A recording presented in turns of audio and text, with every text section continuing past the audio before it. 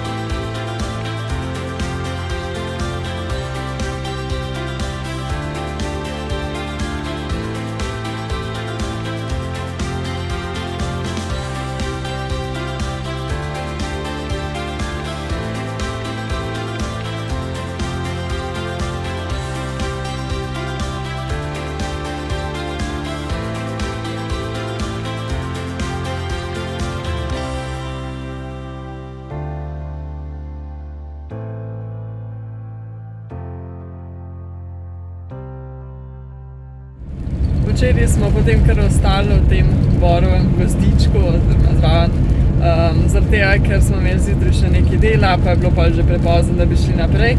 Nas pa čaka daljša vožnja. Danes bomo spet prečkali Visoki Atlas. Uspeli se bomo na en prelaz nad 2000 metrov, tako da upamo, da bo lepo.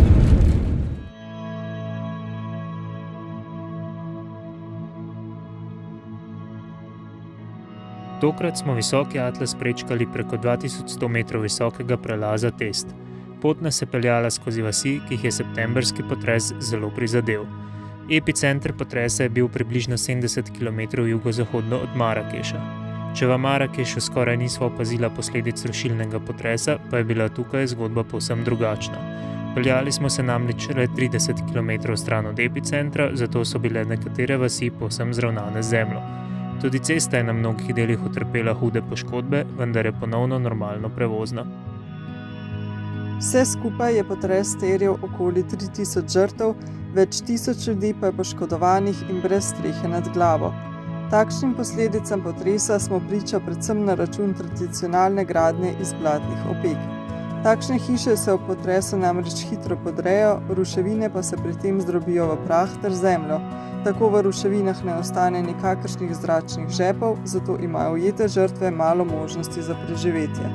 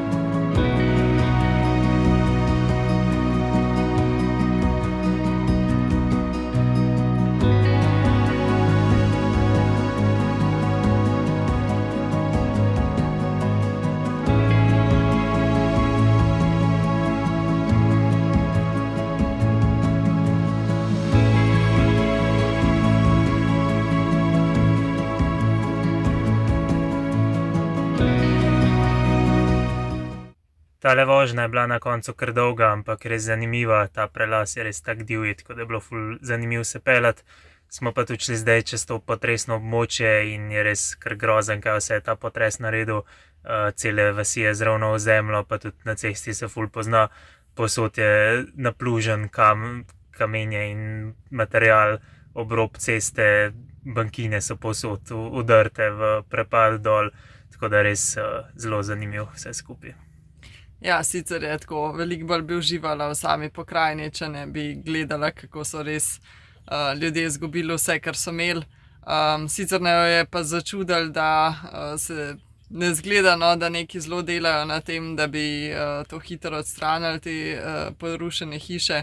Pač ljudje živijo v šotorih in čeprav prihaja zima in kar nizke temperature, že zdaj je okrog 10 stopinj po noči, niso videla nobenega bagra ali pa da bi karkoli delali, tako da ja, vprašanje, koliko časa bo še takole ostalo. Ja, razlika je, da ponavadi Maročani pred hišo sedijo pa opazujejo naokrog, zdaj pa pač to delajo pred šotori.